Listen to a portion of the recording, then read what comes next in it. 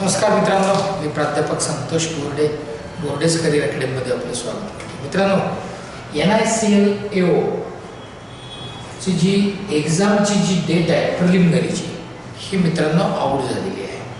आणि ही जी डेट आहे ही डेट 4 मार्च मंडेच्या दिवशी आहे. आता या डेटला ही NICL AO ची एक्झाम आहे आणि सेम डेटला SBI क्लरिकल मेन्सची एक्झाम आहे.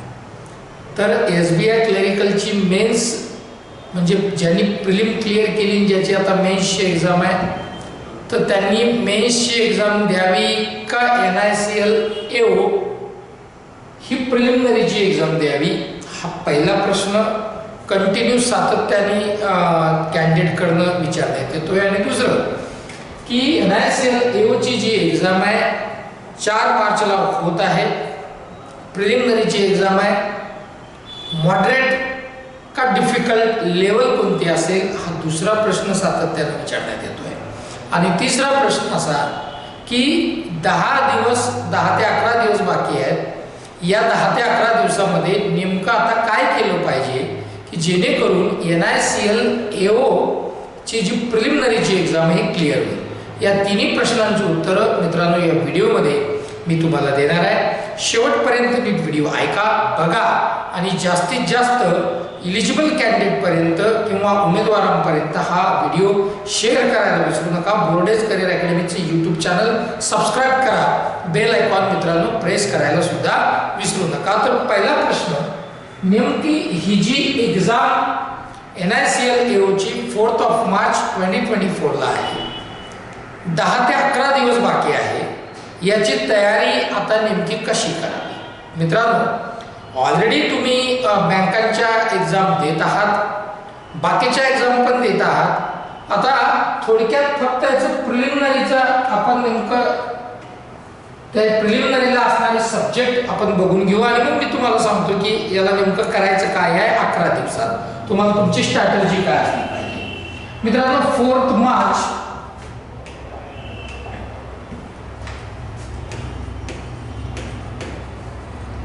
2024 ही एक्झामची डेट आहे, मी आता सांगितल्याप्रमाणे. आता इथे इंग्लिश, फॉन्ट आणि रिझनिंग हे 3 मित्रांनो सेक्शन्स आहेत. यामध्ये इंग्लिश 30 मार्क्स आहेत, 20 मिनिट्स आहेत. फॉन्ट 35 मार्क्स 20 मिनिट्स आहेत आणि रिझनिंग 35 मार्क्स 20 मिनिट्स आहे.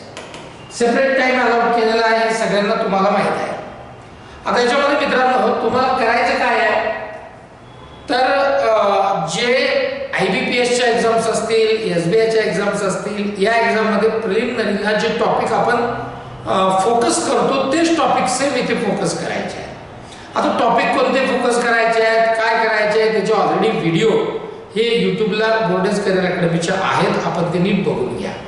आता सोबत मित्रांनो, आता हे 10 ते 11 दिवसात हे टॉपिक फोकस करणं तितकं शक्य आहे का, तर बिलकुल आहे. पण तुम्हाला त्याचं थोडंसं टाइम टेबल बनवावं लागेल. म्हणजे थोडक्यात 10 दिवसामध्ये तुम्हाला ते टॉपिकही बघावे लागतील ज्याच्यावर तुम्हाला फोकस करायचं आहे. म्हणजे ठरलेले टॉपिक्स आहेत, त्या टॉपिकवरच फोकस करा. आणि सोबत मित्रांनो अतिशय महत्त्वाचं की आता या स्टेजला तुम्हाला डेली, आता समजून घ्या 10 दिवस तुमच्याकडे आहे, 4 मार्चला एक्झाम आहे, तर डेली रोज तुम्हाला एक मॉक याप्रमाणे 10 दिवसात 10 मॉक मित्रांनो तुम्हाला हे द्यायचेच आहे, कंपल्सरी. नंबर 2, प्रीवियस पेपर जे आहे, प्रीवियस पेपर्स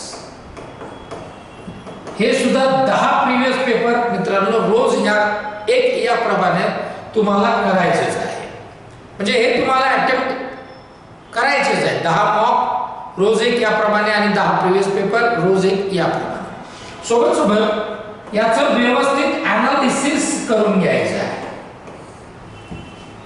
एवढं तुम्ही करा. बाकी टॉपिक हे सिलेक्टेड टॉपिक आहेत प्रिलिमिनरीला की ज्याच्यावर फोकस IBPS असतो, SBI असतो आणि NICL AOचा पण असणार आहे. आता दुसरा प्रश्न असा आहे की ही एक्झाम जी असणार आहे याची लेवल काय असेल. तर मित्रांनो, मागच्या इन्शुरन्सच्या एक्झाम जर का बघितल्या तर एक मात्र नक्की आपण असं म्हणू शकतो की ही जी एक्झाम आहे याची जी लेवल आहे ही इझी टू मॉडरेट असू शकते. डिफिकल्ट नाही म्हणता येणार याला की ही असेल. इझी टू मॉडरेट ही लेवल याची असू शकेल. दुसरा प्रश्न त्याचं उत्तर. तिसरा, आता बऱ्याच कॅन्डिडेट अशा आहेत की ज्यांची या सेम डेटला SBI क्लरिकल मेन्सची एक्झाम आहे. आता काय करावं, एक्झाम कुठली आपण म्हणजे त्याला गेलं पाहिजे किंवा कुठल्या एक्झामला आपण तिथे ते त्याला पहिला प्रेफरन्स दिला पाहिजे. मित्रांनो, हे बघा, जर समजा SBI मेन्सची तुमची परफेक्ट तयारी झालेली आहे. थोडक्यात जर SBI मेन्सच्या प्रत्येक मॉकमध्ये तुम्ही 70 to 80% ॲक्युरसी तुमची आहे आणि 70 to 80% मार्क्स तुमचे जर का येत आहे तर मग मात्र तुम्हाला कसल्याही प्रकारचं किंतु परंतु मनात न ठेवता SBI क्लरिकल मेन्सला अपीअर झालं पाहिजे, गेलं पाहिजे. आणि जर समजा तुम्हाला असं वाटतंय की मार्क तितकेसे वाढत नाही आहेत, इतके चांगला मार्क तुमच्याकडे अटेम्प्ट होत नाही आहे, तर तुम्हाला NICL AOचा चान्स घ्यायला हरकत नाही. परंतु हे डिसिजन तुमचं आहे. तुम्ही काय करायचं आहे दॅट यू कॅन डिसाइड. मी सांगितल्याप्रमाणे जर तुमचे त्या पद्धतीचं पर्सेंटाईल असेल, ॲक्युरसी असेल, तर मग मात्र मी तुम्हाला ऑलरेडी सांगितले काय करायचं आहे. नसेल तर काय करायचं आहे तेही सांगितलं आहे. तर मला असं वाटतंय या तिन्ही प्रश्नांची उत्तरं जे सातत्यानं कॅन्डिडेट्सकडनं येत होते त्याची उत्तरं मी तुम्हाला सांगितलेली आहेत. मला असं वाटतं की तुम्हाला ते व्यवस्थित समजले असतील.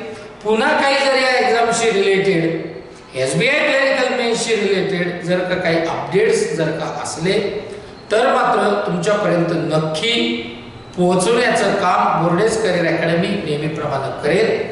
आणि या व्हिडिओच्या माध्यमातून एक मात्र मी नक्की सांगेल, त्या एक्झामची जी बॉडी असते त्या बॉडीजला की अशा एक्झाम्स त्या सेम डेटला एक एक्झाम ज्या डेटला आहे त्या डेटला दुसरी एक्झाम असणं याचा अर्थ त्या कॅन्डिडेटच्या एका एक्झामच्या त्या कॅन्डिडेटचं नुकसान होणं. त्यामुळे या सगळ्या बॉडीजनी हा सगळा सारासार विचार करूनच या एक्झामच्या डेट मित्रांनो अनाऊन्स केला पाहिजे.